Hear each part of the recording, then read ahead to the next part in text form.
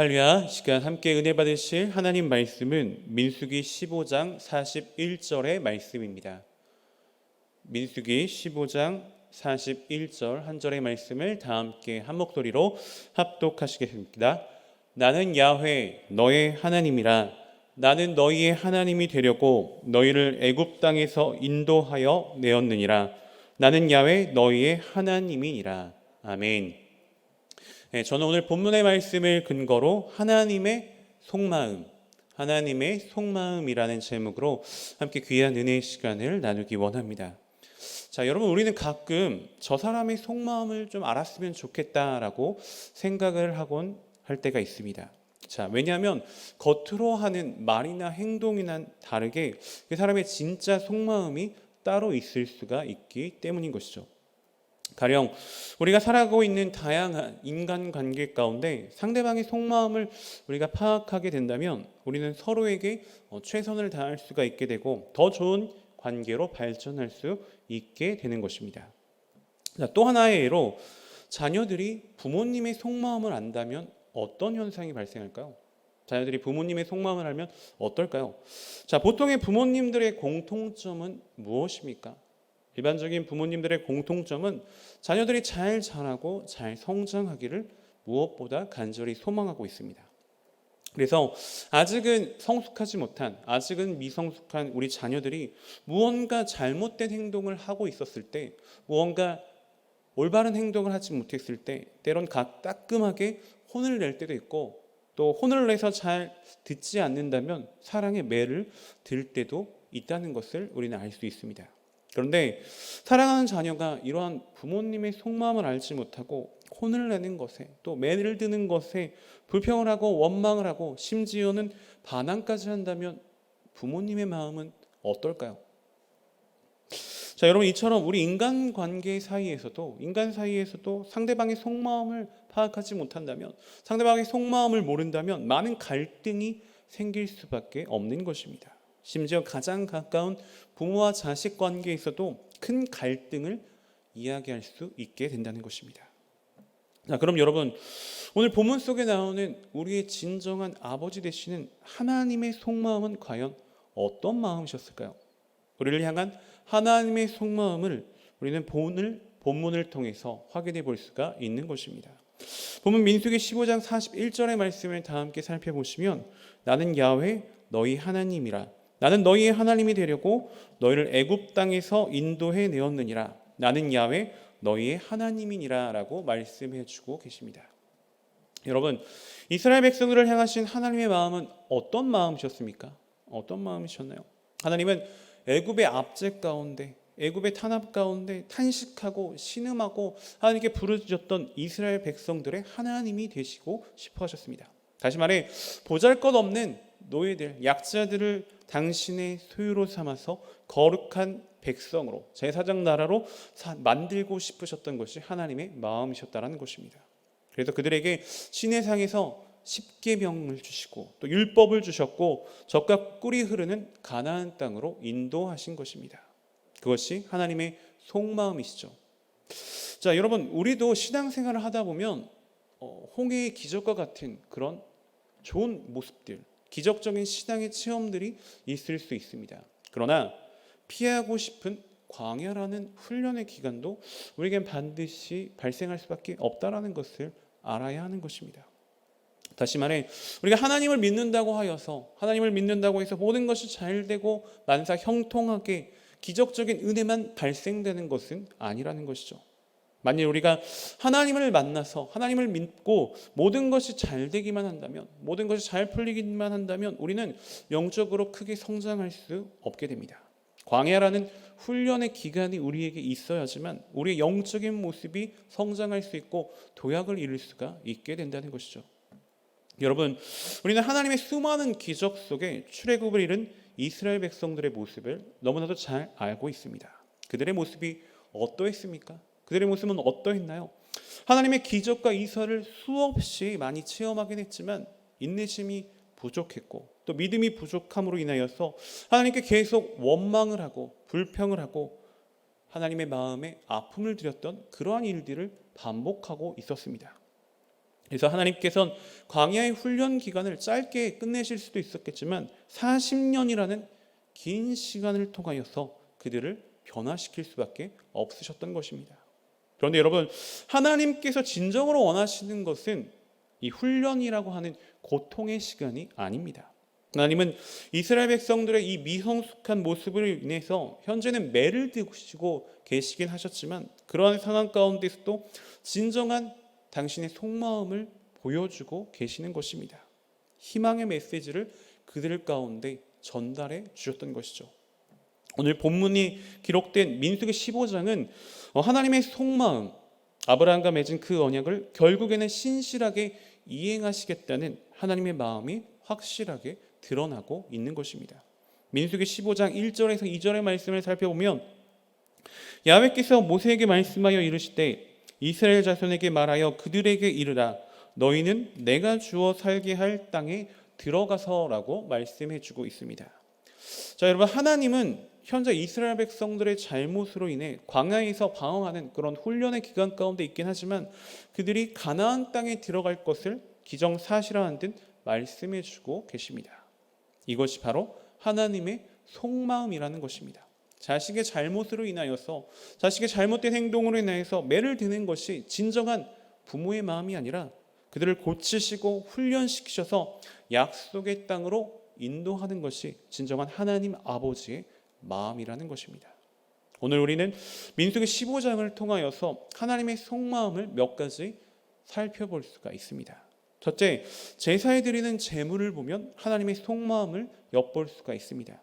민수기 15장 17절에서 21절의 말씀을 살펴보면 야훼께서 모세에게 말씀하여 이르시되 이스라엘 자손에게 말하여 이르라 너희는 내가 인도하는 땅에 들어가거든 그 땅의 양식을 먹을 때 야훼께 거제를 드리되 너희의 처음 익은 곡식가루 떡을 거제로 타작마당에 거제같이 들어드리라 너희의 처음 익은 곡식가루 떡을 대대의 야훼께 거제로 드릴지니라 라고 말씀해 주고 계십니다. 자, 여러분, 젖과 꿀이 흐르는 아름다운 땅에서의 경작과 그 소산으로 제사를 드리라고 말씀해 주고 계시는 부분이죠. 그러니까 지금은 현재는 그러한 소산물로 제사를 드릴 수는 없습니다. 지금은 비록 광야라서 그럴 수는 없지만 그래서 징계의 과정이라서 이러한 상황을 지금 현재에서는 제사로 드릴 수는 없지만 결국에는 풍성한 가나안 땅에 들어가서 그 땅의 열매를 누리게 될 것이고 그것으로 제사를 드리라라고 말씀해 주고 있는 것이죠.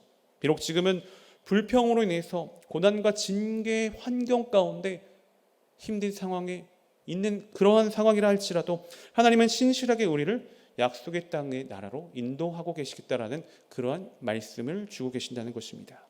또 둘째로 엿보이는 하나님의 속마음은 이방인들을 향한 하나님의 따뜻한 배려의 말씀입니다. 민수기 15장 14절에서 16절의 말씀에 보면 너희 중에 거류하는 타국인이나 너희 중에 대대로 있는 자나 누구든지 야훼께 향기로운 화제를 드릴 때에는 너희가 하는 대로 그도 그리할 것이라. 회중 곧 너희에게나 거류하는 타국인에게나 같은 율례이니 너희의 대대로 영원한 율례라. 너희가 어떠한 대로 타국인도 야훼 앞에 그러하리라. 너희에게나 너희 중에 거류하는 타국인에게나 같은 법도 같은 규례이니라 라고 말씀해 주는 부분을 우리는 확인해 볼 수 있습니다. 약속의 땅에 들어가거든 거류하는 타국인, 거류하는 타국인, 즉 외국인을 말하는 것입니다. 외국인도 똑같은 법으로 똑같이 예배를 드릴 수 있다라고 말씀해 주고 계십니다. 사실 이전에 있는 민수기 2장의 내용을 보면 언약궤와 회막을 중심으로 이스라엘 12지파가 사방으로 배치를 받았습니다. 자, 그러나 백성 중에 타국인의 그러한 배려는 배치 장소는 전혀 없었고 진영 바깥에 있어야 했습니다. 그런데 이제 약속의 땅에 들어가면 그들도 예배의 한가운데로 나올 수 있게 되고 똑같이 예배를 드릴 수 있게 된다는 것을 말씀해 주고 계시는 것이죠. 여러분, 오늘날 우리는 어떻습니까? 그리스도의 이름을 부르는 자들은 누구나 하나님의 은혜를 맛볼 수가 있는 것입니다. 하나님께서 바로 그런 분이심을 그 전에 오늘 민수기 15장을 통해 보여주고 계신다는 사실을 우리는 확인할 수가 있는 것이죠. 셋째로 엿보이는 하나님의 속마음은 하나님은 죄를 미워하시지만 죄인은 긍휼히 여기신다라는 사실입니다. 22절부터 36절까지의 모세를 통해 말씀하고 계시는 하나님의 모습을 살펴보면 부지중에 지은 죄와 또 고의로 하나님을 정면으로 반역하는 죄를 구분하고 계시는 것을 확인해 볼 수 있습니다. 민수기 15장 30절에서 31절의 말씀을 보면 본토인이든지 타국인이든지 고의로 무엇을 범하면 누구나 야훼를 비방하는 자니 그의 백성 중에서 끊어질 것이라. 그런 사람은 야훼의 말씀을 멸시하고 그의 명령을 파괴하였은즉 그의 죄악이 자기에게로 돌아가서 온전히 끊어지리라 라고 말씀하여 주고 계십니다. 여러분, 하나님은 쉽게 분노하고 쉽게 화를 내시는, 쉽게 심판하시는 그런 분은 아니십니다. 70번씩 7번이라도 용서해 주시는 사랑의 하나님, 용서의 하나님이시죠.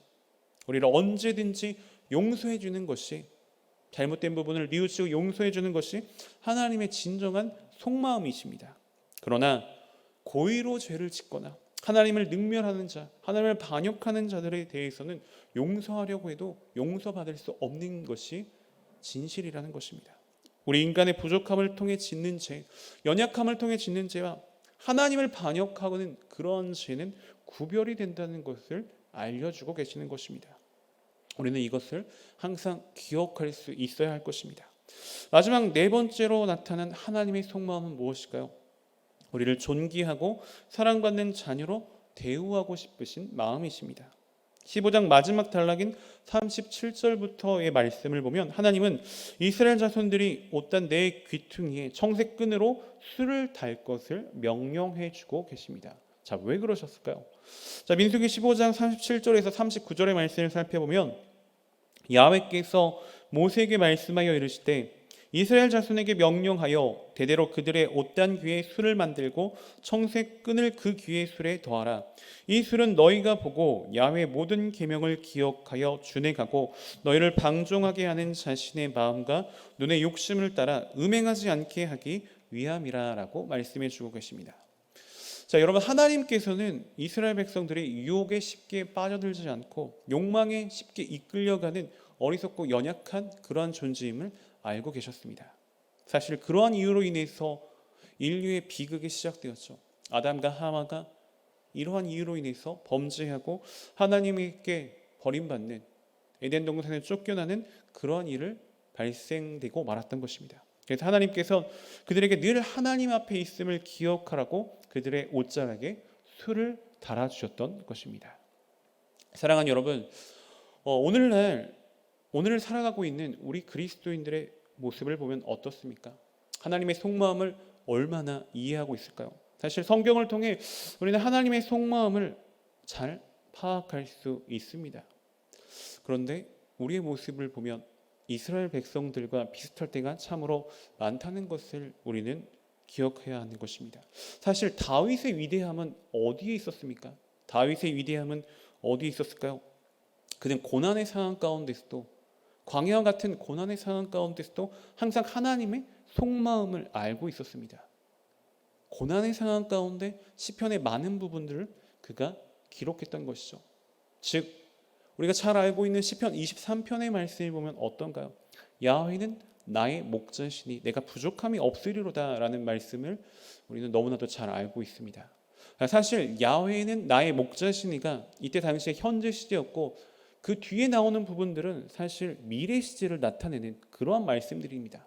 야훼는 나의 목자시기 때문에 내가 부족함이 없으리로다.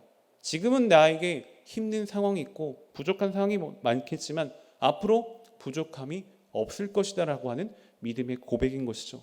야훼는 나의 목자시니 나를 푸른 풀밭으로 인도하실 것이다. 지금은 사울에게 쫓기는 고난의 상황이지만, 훈련받는, 나를 연단시키시는 그러한 힘든 상황이지만 언젠가 하나님께서 나를 푸른 풀밭으로, 좋은 곳으로 인도할 것이다 라는 그러한 믿음의 고백이 지금은 불확실한 상황 가운데서 그에게 있었다라는 것입니다.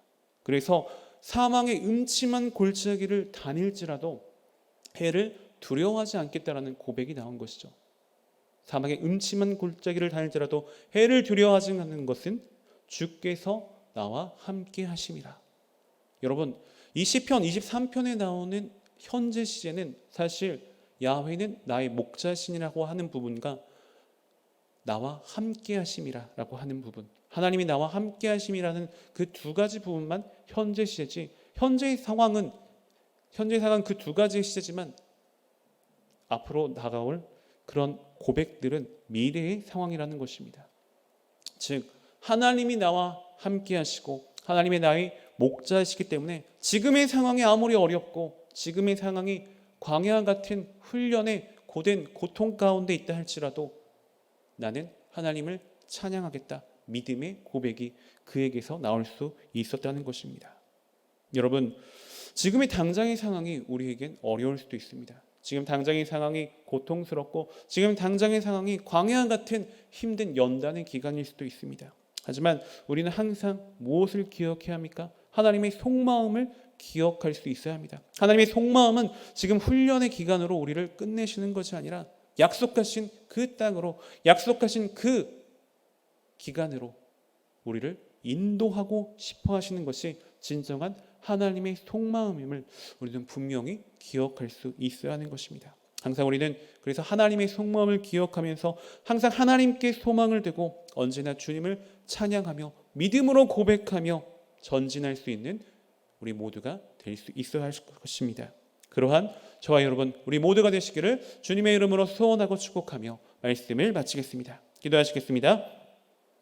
하나님의 사랑과 자비가 풍성하신 참으로 좋으신 하나님, 오늘 말씀을 통해 하나님의 진정한 속마음을 깨닫게 하시니 감사드립니다.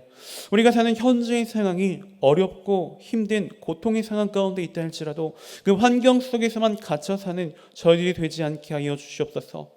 말씀을 통해 깨달음을 주신 바와 같이 우리가 진정한 하나님의 속마음을 깨닫고 하나님께 소망을 두고 하나님께서 이루실 그러한 미래의 일들을 기대하며 기쁨과 감사로 하나님을 찬양하며 하나님의 영광을 위해 살아가는 우리 모두가 될 수 있도록 주님 인도하시고 역사하시고 축복하여 주시옵소서.